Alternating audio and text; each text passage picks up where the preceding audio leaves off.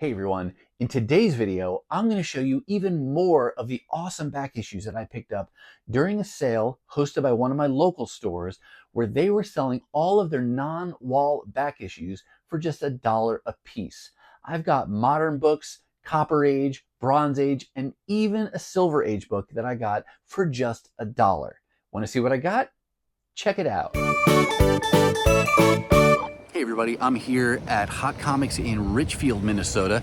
This is actually my second stop of the day. I stopped at their Minneapolis location earlier, and that's because all during this Thanksgiving weekend, they are having an amazing sale.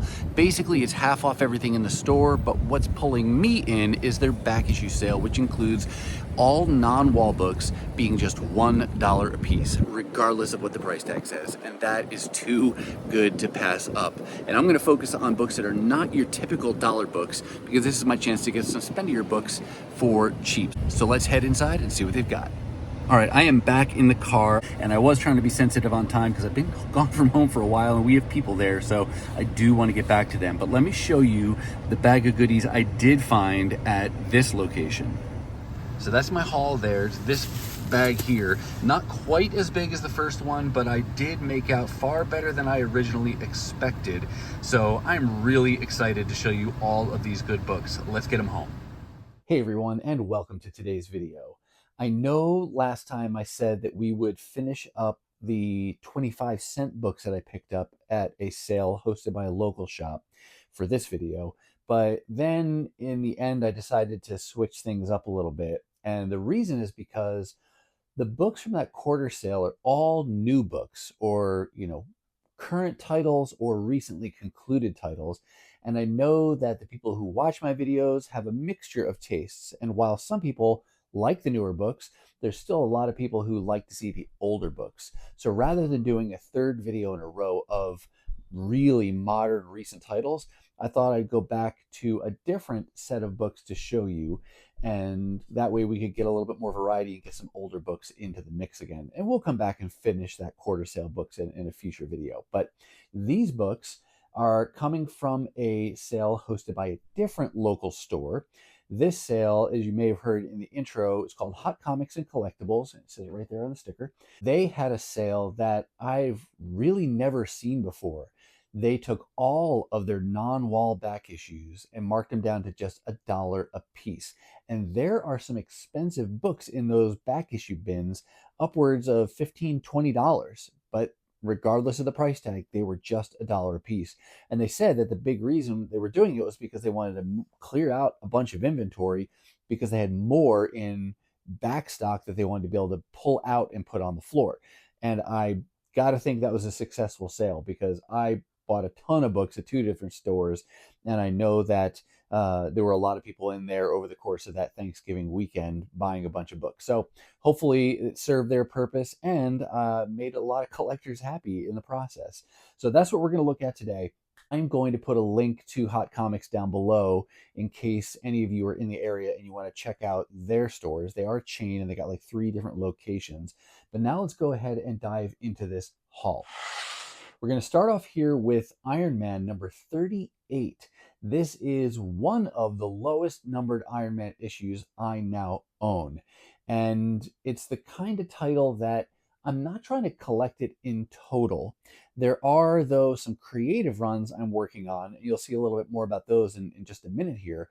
But at the same time, even though I don't want to collect the entire volume, when I find issues that are sub 100, that are in decent-ish condition and just $1, I'm happy to pick those up. I love Iron Man as a character, so even though I will never have all 100 of those first 100 issues, I'll be really happy with whatever I can pick up. And getting issue 38 for just a buck is great. I don't know a lot about the creative teams from this time period, and so when I popped this out after buying it, I looked and I noticed, well, of course, Stan Lee's the editor. You got Jerry Conway doing the script, and then the artist's name is George Tuska.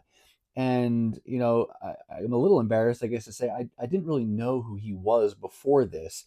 And so I went online, did a little reading, and learned that he was pretty much the main writer on Iron Man, starting with like issue 5. and then going for about 10 years. That's significant. And it's a name, like I said, I didn't really know before this. And I'm happy to be a little bit more familiar with it now. But as I get more books from this time period, I do want to pay more close attention to the creative teams, who was writing, who was drawing. And over time, I'm sure I'll be able to get more acquainted with their different styles. But I just thought that was noteworthy to say that he was penciling this for nearly 10-year run. That's pretty impressive. But really happy for my part to get a really low numbered issue like number 38 for just $1. So happy to add that one to my collection. The other interesting thing I find about Iron Man is in my mind, I always picture that each of these kind of core characters from Marvel all started around the same time, like in the early 60s. But that's not the case. Of course, Fantastic Four was like first from the Marvel era, and they're the ones who kicked off the Marvel Age of Comics. Spider-Man was very early. Eventually, we got X-Men and things like that. But Iron Man didn't start till later in the 60s. And so even though this is issue number 38, we're already into the Bronze Age. This is June of 1971 for this issue. And sometimes I forget that when I think about Iron Man, because like I said, I just always picture them all starting about the same time. But very cool still to get number 38. We're going to stay with Iron Man, but jump way ahead up into the mid 250s for the issues.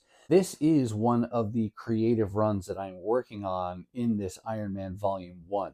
The artist on this is John Romita Jr., and he had a couple different artistic runs on this title. The first one I want to say was somewhere in like the mid 150s. This is that second run that's here is starting in issue number 256, and this is about 1990. But his is a style that you've heard me say before that I like, and so I want to get his run on this title. This first issue is a little bit of a question mark for me, meaning I'm not sure how this ties into what's going on around it. I say that because John Romita Jr. does the pencils on this one, but he doesn't do the pencils on the issue before it, and he does not do the pencils on the issue right after it. But then after issue 257, he does pick up a more continuous run with issue 258, and they do the Armor Wars 2 story. So this one, I don't know if he was just guest penciling this one, if it's a one-off story, if it's finishing up something that's kind of been going on for issues before it. Once I get more of these and start to dive into them, then I'll know from a story perspective if I can just keep this as a standalone or if I need to get the issues before it or that connecting issue number 257. But that is the first issue that starts off his kind of second run of time drawing this book. And then I got this next issue. Remember I said he didn't do 257, but then here's where the Armor Wars 2 story starts in issue 258. And that goes up to about issue 266. So that's the range of issues that I want to put together. I also found 261 at the sale. Not connected, but these are the first two issues I've picked up from this run. So happy to get them, even though there's some issues separating them. That's fine. So got the 256, 258, and 261 as far as the John Romita Jr. run goes. But then I also picked up this issue 284. Nothing to do with John Romita Jr., but it is a minor key. This is the first time that Jim Rhodes puts on the Iron Man armor. He's not called War Machine yet, but that's the first time he gets into the suit of armor. So I thought that was a cool minor key to pick up for just $1, especially when the original price here was $6.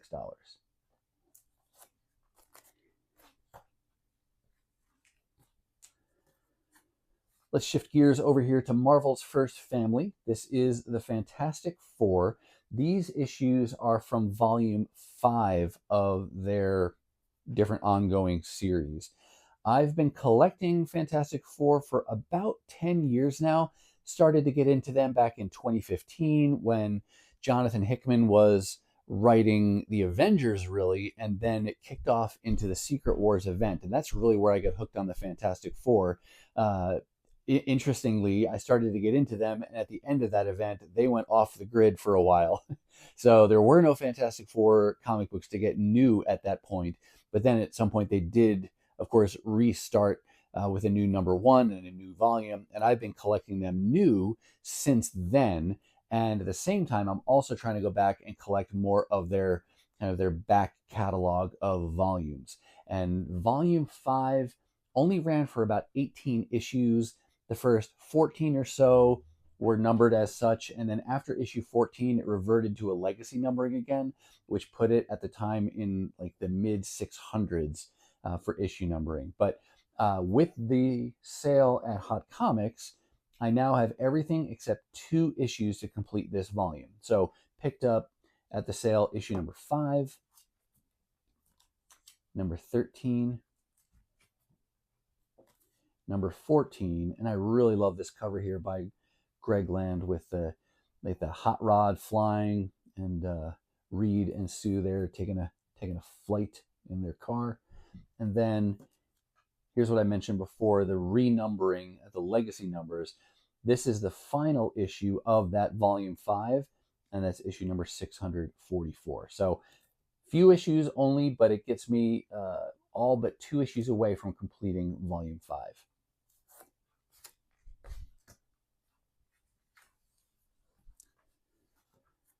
We're going to stay with Fantastic Four, sort of, but this is a little bit different. This is an example of a book. It's a one-shot, but Marvel did about 7 of these, and this is now the 3rd one that I've found.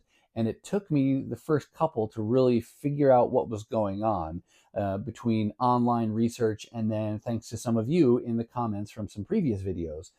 But these individual comics actually represent the comic books that supposedly exist within the Marvel 616 universe. So as you and I read comics about these characters, we're doing so in the real world, reading about Marvel 616. But if you've ever noticed, in Fantastic Four and other places, the characters will refer to in their world the fact that publishers that are making comic books about them. And the Fantastic Four, I know for sure, does that. This comic book is, I believe, supposed to be an example of one of those comics that get written about them within the Marvel 616 universe. And how you can tell it's not quite ours is because it's called Marvel's Comics Group, not Marvel Comics Group. So it's a little bit different. I didn't even catch that detail when I got the first one of these.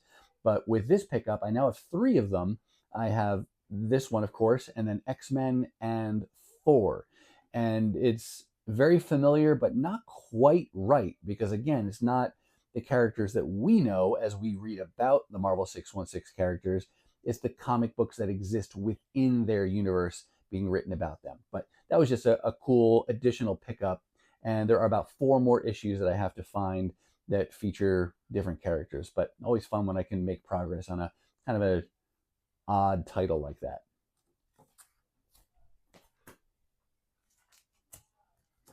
Let's go back to the Bronze Age for some Conan the Barbarian, a title that I am not actively working on, though it might eventually become something I want to collect. Specifically, the John Buscema artistic run on this title. He started doing the pencils at about issue 25 and did it. He was the regular artist all the way up to, I want to say it's like issue 190. And that's a pretty big commitment to get all that. And I can't imagine they're all going to be dollar books. And so I haven't actually, taken that plunge yet to say I want to get those. I have gotten the bookends, though, issue 25 and 190. So already that feels a little bit more like I've kind of cornered off the area that I need to work on, and then now I just need to fill in everything in between. I really like John Buscema's art, and maybe someday I'll pull the trigger and try to collect those. Probably not until the day comes that I'm at a sale and I stumble across a whole bunch of the issues for really cheap. That'll probably be the thing that pushes me over the edge to say I want to collect it.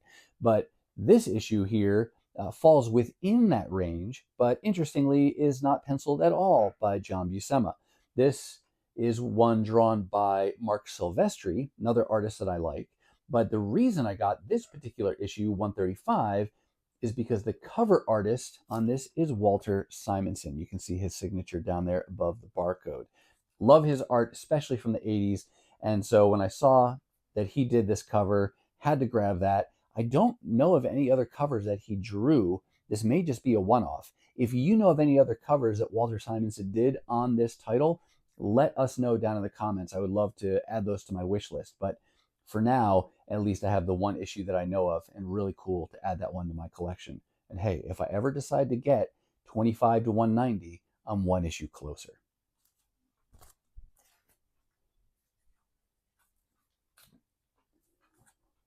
Let's jump way forward to the modern age now. This is Transformers Till All Are One, part of the IDW time on writing and drawing these comics.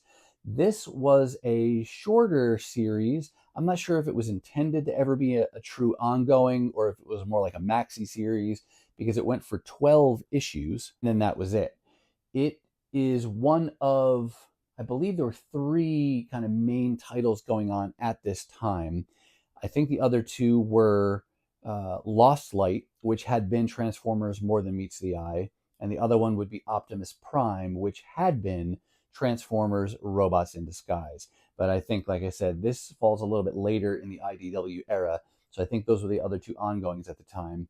This also comes about the time when IDW was mashing together into a shared universe various Hasbro properties that they had the comic book license to, including Rom, who's here on the cover. And then they also had G.I. Joe, they had Mask, they had, I don't remember some of the others, but you get the idea. There were a bunch of properties they had license to, and they wanted to write them into a shared universe. And so this takes place during that period. Even though it was just 12 issues, I wasn't collecting this new every month. I do have it in the form of collected editions over there, but still, for me being a huge Transformers fan, I would love to also have all the single issues. So I made some progress at the sale, including issue 2, issue 9, and then issue 12, but I still have, I think, one more issue to go. So the hunt will continue. It could take me a long time because this was not the most popular title, and Transformers overall, I think they were only selling like 5,000 to 7,000 issues or copies of an issue each month. And then to hope to find them in the dollar bins, you can see how my odds get cut down pretty drastically with each of those bits of math going in there. But still, I will hunt for it, and I've found 11 of the 12 so far, so I'm going to hold out hope and say, you know what, the day will come that I will find that final issue. But very happy to have made 3 issues of progress on this little run.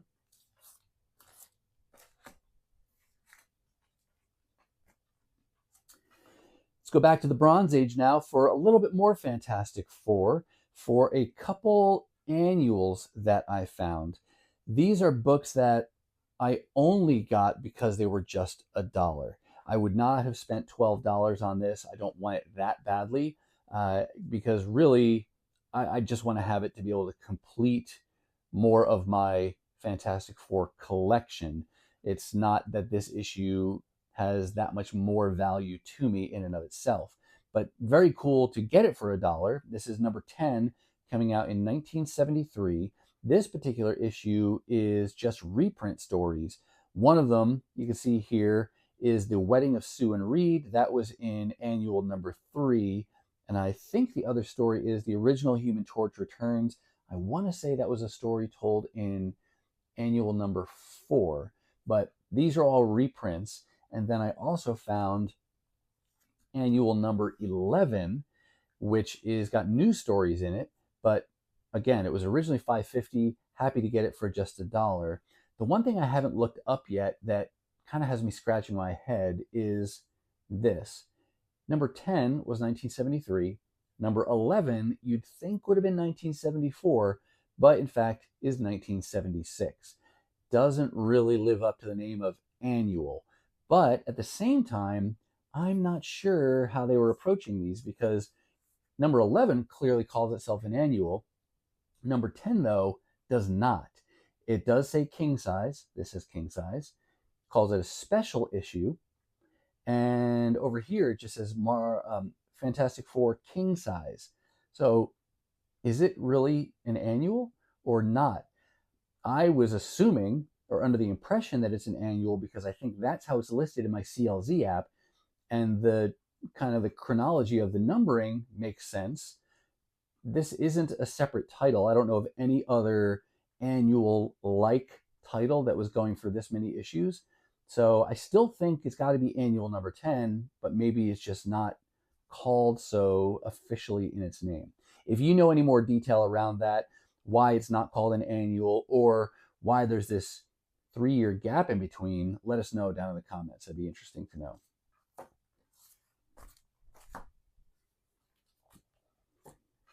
And sorry if I'm giving you time whiplash here, but let's go back to the modern era. We've got Astonishing X-Men this time. This was a 68 issue volume. I originally wanted the Joss Whedon, John Cassaday run, which was the first 24 issues of this series, plus a giant size issue. I collected that, read that, really enjoyed it. But like it happens so many times in comics, over time you start to see more issues.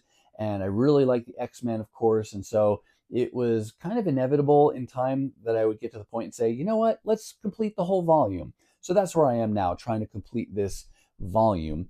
And at the sale, I only picked up 2 issues. They're the latest issues in the series that I needed, including number 65 there with a cool Phil Noto cover, and then issue 68.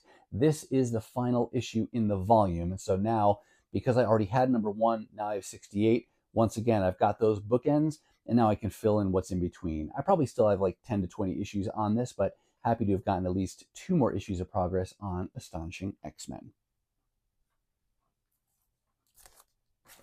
All right, just 2 more books to go. The one is older than the next, and we'll start here with the Bronze Age. This is Battlestar Galactica. I liked this TV show when it was on.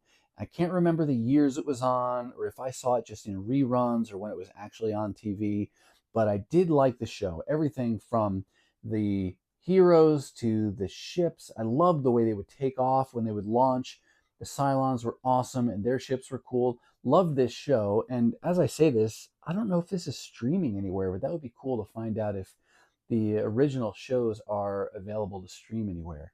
But I never got into the comic book. Part of that was because I wasn't collecting comic books when this came out, and then I've never put it together as back issues. But recently, I've kind of been toying with the idea of completing this run. Part of that is because on a couple different occasions, I have found Battlestar Galactica number 1 in the dollar bins. And it's not a super expensive book, but it's still more than just a dollar book. And unfortunately, those times I had found it in the past, I've also let it go because I wasn't worried about collecting the series at the time. But I did recently learn that really the main artist on most of the series was Walter Simonson. And you heard me mention earlier that I really like his art style, especially in the 80s. And so when I learned that he was doing a lot of the covers and a lot of the interior pencils, I said, oh man, I hope I can find issue number 1 again, because it'd be great to put together that whole volume knowing that he did a lot of the artwork. Now, his artwork doesn't start, I think, until after issue 6. It might, in fact, be with issue number 7, but the whole series is only 23 issues, so it's not huge. And so I feel like, that's a manageable goal. So I'm going to work on that. I don't have any Walter Simonson here to show you with issue number 6. He doesn't do the cover. That's actually Rich Buckler. And I don't know if it's Buckler or somebody else who does the interior pencils, but it's not Walter Simonson. So it's not necessarily the best place to start my collection, but hey, it is some place to start. And I have issue 6, and now there's 22 more issues to go. But really happy to get that one. Any of you collected this when it came out, or do any of you try to put these together now? Let us know down in the comments. Lastly, and certainly not least, is that Silver Age book that I promised you at the beginning of this video. This is Thor number 141. Look at that gorgeous 12-cent price in the corner box art. Can't believe that I got this for $1. They had a price tag of $14 on it, and it's kind of a funny story with how I wound up with this. So you know how you go to stores or sales or shows or things, and people will start to amass stacks of comic books that are sitting nearby them as they're going through boxes. But sometimes you kind of you drift away from your stack of books. But then as soon as somebody comes up and wants to look in that vicinity in the comic books, we're all pretty quick to go, oh, sorry, let me get these out of your way. And part of it's out of politeness, but part of it's also you want to protect your stack. You don't want somebody else coming along thinking those are unclaimed books and then to start to pick through the treasures that you've already painstakingly dug out of those long boxes. Well, kind of like that with this book. I was there by myself in the Thor area. This was sitting on top of the long boxes with a bunch of other comics around it, but there was nobody near it. And I didn't want to presume that it didn't belong to somebody or that it hadn't been left behind by somebody who was just maybe moved over to another row. So one of the employees was standing nearby. His name is Jericho. And I said, hey, Jericho, do you know, does this belong to somebody or is it just available? And he goes, yeah, it does. It belongs to you. And he picks it up and he puts it right on top of my stack. And so I was like, all right, I'll take that. I'm definitely going to buy a $14 Thor comic for just $1. So I was really happy to know that nobody had claimed that one. I was kind of surprised because even if I wasn't that into Thor, hard for me to turn down a Silver Age book like this for just $1. And it's in pretty decent shape. I mean, not great, but it's really good even for its age. And becomes extra good when you know that it's just $1. But what's really nice about this is that we're going all the way back now to when it was still Stan Lee and Jack Kirby as the creative team on this. The other thing that you got to remember about Thor is this is issue 141, which sounds like a higher number. But remember, Thor, after it was Journey into Mystery, it became Thor, but the number 1 for Thor was issue 126. So issue 141 is really like issue 15 or 16 of the title when it was actually called Thor. So that makes it a really low number to have. So I'm very, very happy to get this for just $1. And here's a little context as well for timing. More triumphs from Marvel. Here's ads for books that were on sale. Very famous book there. Number 50, one of the most famous covers, I would say, for Amazing Spider-Man. And then you had Fantastic Four, number 64. So that's kind of what was going on from the House of Ideas when this came out. Was this 1967, I want to say? Yeah, this is June of 1967. But really, really fun to get a Silver Age book like this. Similar to the Iron Man book that we started out with, I am not working on a complete run of Thor Volume 1. My primary collecting goal with Thor was the Walter Simonson run on Thor, his second and more famous run on Thor, which started with issue 337, the introduction of Beta Ray Bill. And I am really happy to say that just earlier this year, within the last month even, I completed that Walter Simonson run in single issue format. And not only is that a cool collecting goal completed, it's a really cool story too. I did a video about how I completed that run. I'll put a little link up here in case you want to go check that out, but that's a really cool story. But that's really where my focus in volume 1 of Thor was. But similar to Iron Man, any of the lower numbered issues that I can get, especially when they're in decent condition and really cheap like that, I will happily pick up because I do love Thor as a character. And again, I'll have a lot of holes in this early part of the run, but that's okay. I'm just really happy to get what I can. And even just to flip through these books and to see the old ads, that's super fun. And then I always think of them as the bullpen bulletins. That's the era of comic collecting when I got into it. But I think it was Stan's Soapbox back here. And then they had those blurbs. I don't know what page it was on. I don't want to turn too aggressively here. Yeah, there's Stan's Soapbox, the Mighty Marvel Checklist. What else did we have coming out that month? I told you about Fantastic Four and Spider-Man, but you also had Avengers 41, X-Men 33, Daredevil 29, Strange Tales 158, Suspense 91, Astonish 93, which I guess is Tales of Suspense and Tales to Astonish. Sergeant Fury, Marvel Collector's Item Classics, number 9. See, that, I've talked about this in other videos, that's already reprints of early Fantastic Four stories. They're on issue 64, but you're already getting Silver Age reprints in the Silver Age, which is really cool. Because remember, at the time, there were no comic book stores to go and dig through the back issue bins. If you missed it when it was on the newsstand, you missed it. So, crazy. Oh, and look, another reprint. Marvel Tales number 9. Spidey, Thor, Torchy, and the Wasp. The biggest blockbusting bargain this side of Honest Herb's Penny Arcade. Well, there you go. Super fun, though, right? To be able to get those old bits and pieces on top of the story itself, and all for just $1. So with that one, I will conclude this part of the haul, but believe it or not, in the future, there will still be more, at least one more video to show you the books that came from this amazing sale. All right, that's going to do it for me, and that's going to wrap it up for this haul of books that I picked up during the Hot Comics and Collectibles amazing Thanksgiving weekend sale. Now, I do hope you saw something that you liked, and if you did, go ahead and give the video a thumbs up. And if you want to see more content like this, dollar hauls, 50-cent hauls, really anytime I find good books for great prices, then go ahead and hit that subscribe and ring the bell for notifications so you'll know the next time I upload a video. Now, if you're not quite ready for the YouTube fun to stop, I have hand-selected a couple videos here for you to check out.